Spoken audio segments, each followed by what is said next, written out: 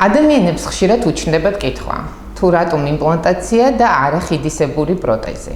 მე მინდა გაჩვენოთ ანიმაცია, სადაც დეტალურად ჩანს კბილის ჩასმის ორი მეთოდის დადებითი და უარყოფითი მხარეები.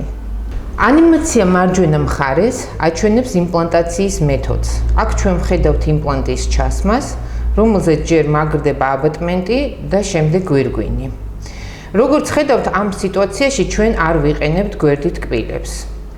მარცხენა მხარეს ნაჩვენებია ხიდისებური პროტეზის მეთოდი. აქ ჩვენ უნდა დავხეხოთ გვერდითი კბილები. ასეთ შემთხვევაში კბილი შეიძლება გახდეს სენსიტიური და შესაძლოა დასჭირდეს ნერვის მოკვლა. ხიდი, რომელიც რეალურად არის ორ გვირგვინს შორის მოთავსებული კბილი, მაგრდება ამ ორ პრეპარირებულ, ანუ დახეხილ კბილზე. ადრეულ სტადიაზე თუ ამ ორ სიტუაციას ერთმანეთს შევადარებთ, ესთეტიური თვალსაზრისით ორივეს შეიძლება ერთნაირი შედეგიც კი ჰქონდეს. მაგრამ დროთა განმავლობაში ხიდის შემთხვევაში დაკარგული კბილის ადგილზე შესაძლოა განვითარდეს ძვლის ატროფია, რომელსაც ხშირად მოჰყვება ღრძილის აწევა გვერდით კბილებზე. თუ ფესვსა და გვირგვინს შორის შეერთება არ არის სრულყოფილი, გვირგვინის შიგნით ვითარდება კარიესი.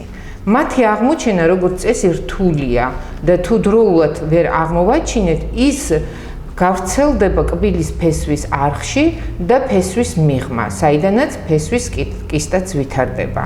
გარდა ამისა, შეიძლება განვითარდეს ფესვის მოტეხილობა, რის შედეგადაც პაციენტი კარგავს კიდევ ერთ ჯანმრთელ კბილს.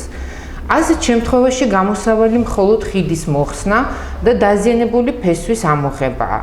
თუ მკურნალობას ისევ ხიდისებური პროტეზით გავაგრძელებთ, უნდა დაიხეხოს მომდევნო კბილი და ის უნდა გამოვიყენოთ ახალ საყრდენად, ანუ კიდევ ერთი კბილი უნდა დავაზიანოთ. ძვლის დაკარგვის გამო ახალი ხიდი არაესთეთიურიცაა და არასაიმედოც, რადგან ატროფირების პროცესი გრძელდება. იმპლანტი და მასზე დამაგრებული გვირგვინი ანუ კბილი, ღეჭვითი ფუნქციის აღდგენის ოქროს სტანდარტია, რადგანაც გრძელვადიან პერსპექტივაში იმპლანტი ბევრად უფრო იაფი დაგიჯდებათ, ვიდრე ხიდისებური პროტეზი.